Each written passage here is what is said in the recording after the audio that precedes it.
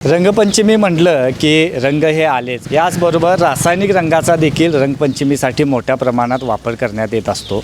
मात्र माझ्यासोबत जे निसर्गमित्र आहेत अनिल चौगले यांनी एक चळवळ उभा केलेली आहे की रंगपंचमी साजरी करताना नैसर्गिक रंगाचा वापर करा, जेणेकरून ते शरीराला अपायकारक नसतात. रासायनिक रंग हे शरीरासाठी अपायकारक असतात, त्यामुळं शरीराला हे रासायनिक रंग घातक असतात. समजा हे जर डोळ्यामध्ये गेले तर डोळ्याला देखील इजा होत असते. त्यामुळे अनिल चौगले यांनी एक चळवळ उभा केलेली आहे की रंगपंचमी मोठ्या उत्साहात साजरी करा, मात्र त्याचबरोबर हे रंग वापरताना नैसर्गिक रंग वापरा, अशी एक त्यांनी संकल्पना पुढे आणलेली आहे. त्यांच्याशी आपण बोलणार आहोत की नेमकं काय ही संकल्पना आहे आणि ही चळवळ कशी त्यांनी उभी केलेली आहे. काही दिवसावरच रंगपंचमी आता येत आहेत आणि त्यांच्याशी आपण खास बोलणार आहोत. अनिल चौगले साहेब, तुमचं सकलममध्ये स्वागत आहे.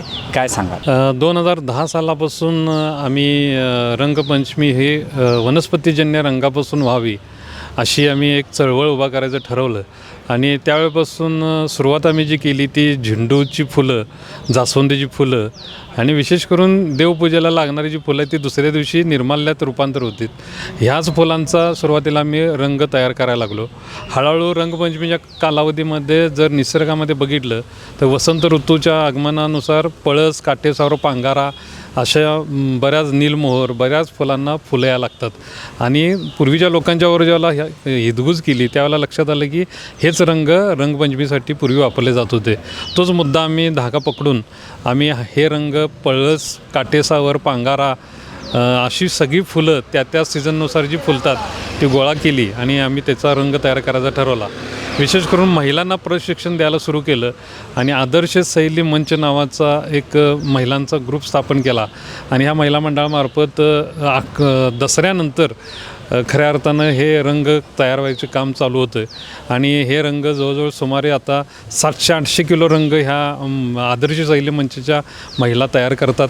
आणि विशेष करून हा रंग हे रासायनिक रंगाला पर्याय तर आहेतच, कारण रासायनिक रंगाच्या बॉक्सवर सरळच लिहिलेलं असतं की यूज फॉर इंडस्ट्री. ते सगळे एकूण 700 ते 800 किलो तुम्ही आता रंग नैसर्गिक तयार केलेले आहेत. मात्र कशा पद्धतीने तयार करतात रंग? तर हे रंग सगळे याच्या फुलांच्या पाकळ्या काढल्या जातात, पानांची पानं सावलीत वाळवली जातात, फळं त्याच्या सालीसुद्धा सावलीत वाळवल्या जातात आणि याच्या गिरणीमध्ये दळून याची पावडर केली जाते. बाकी इतर कुठल्याही गोष्टी त्याच्यामध्ये मिक्सिंग केल्या जात नाहीत. त्यामुळे हे नैसर्गिकरित्या जो काय त्याचा जो ओरिजिनल कलर आहे तोच रंग त्याच्यामध्ये उतरतो.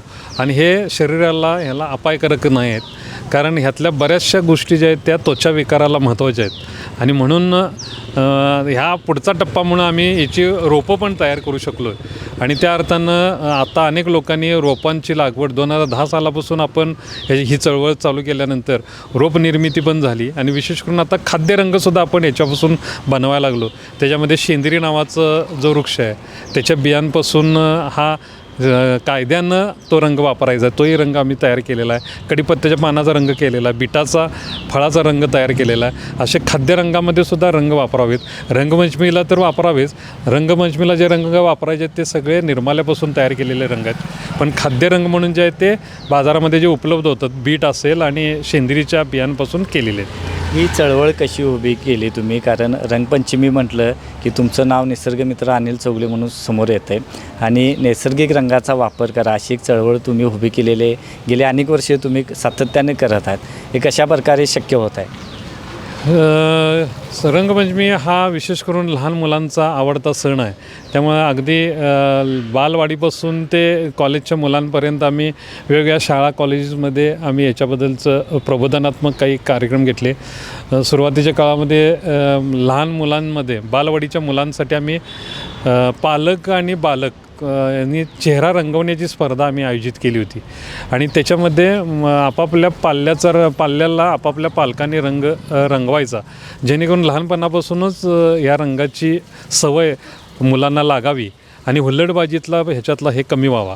विशेष करून हे रंग दिसायला फेंट असतात, आणि रासायनिक रंग हे दिसायला गडद असतात, त्यामुळं सगळ्यांना अट्रॅक्शन रासायनिक रंगाकडे होतं आहे. पण त्याचे दीर्घकालीन अपाय भयानक आहेत.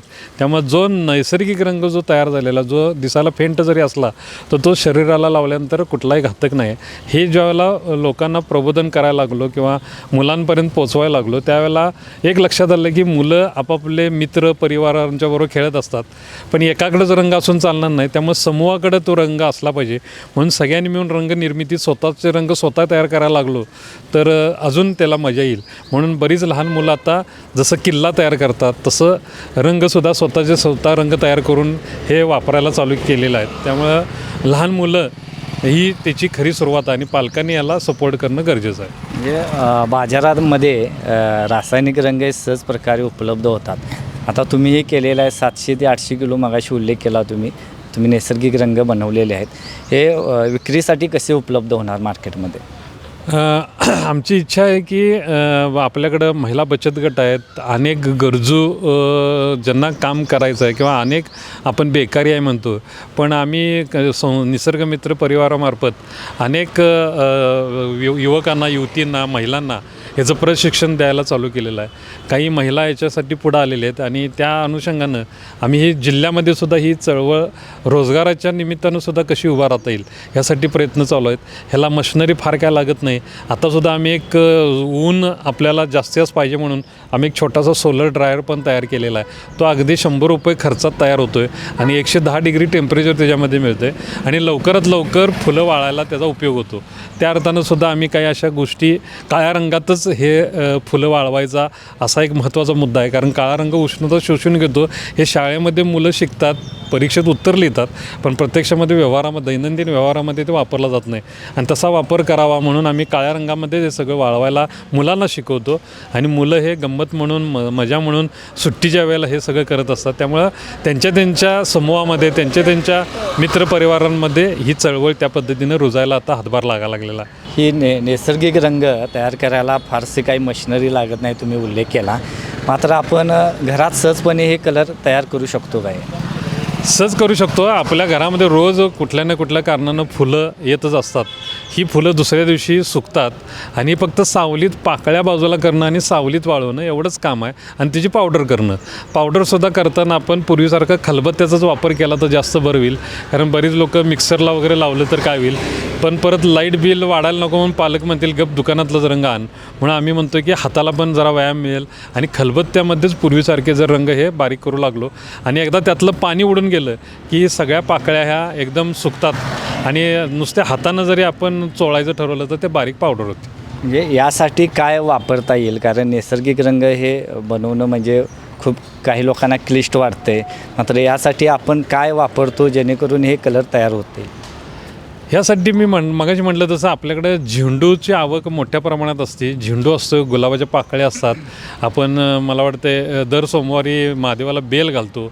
अशी सहज मिळणारी जी काय पानं, फुलं, फळं, बेलफळासारखं फळ आहे, अशा फळाच्या सालीपासून सुद्धा रंग तयार करता येतो. फक्त आपल्याला तिची माहिती करून घेणं आणि साधी मी मगाशी म्हटलं तसं आपल्या घरातल्या घरात हे सुकवणं, वाळवणं आणि तिची पावडर करणं.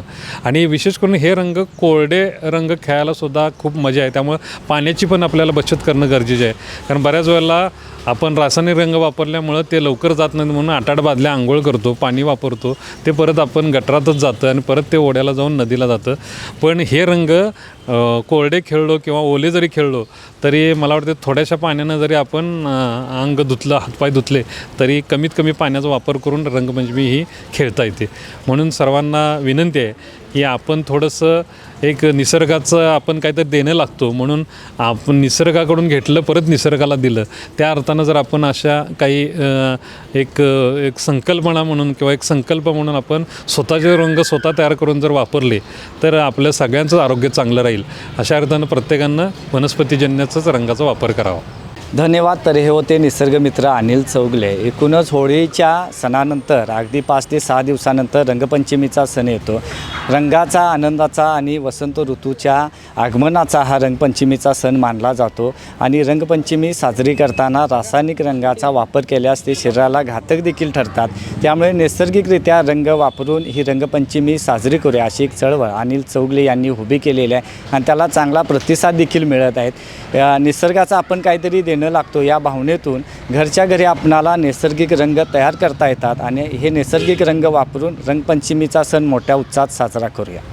सकलमसाठी समर्थ पवारसह इक्बाल रेटरेकर.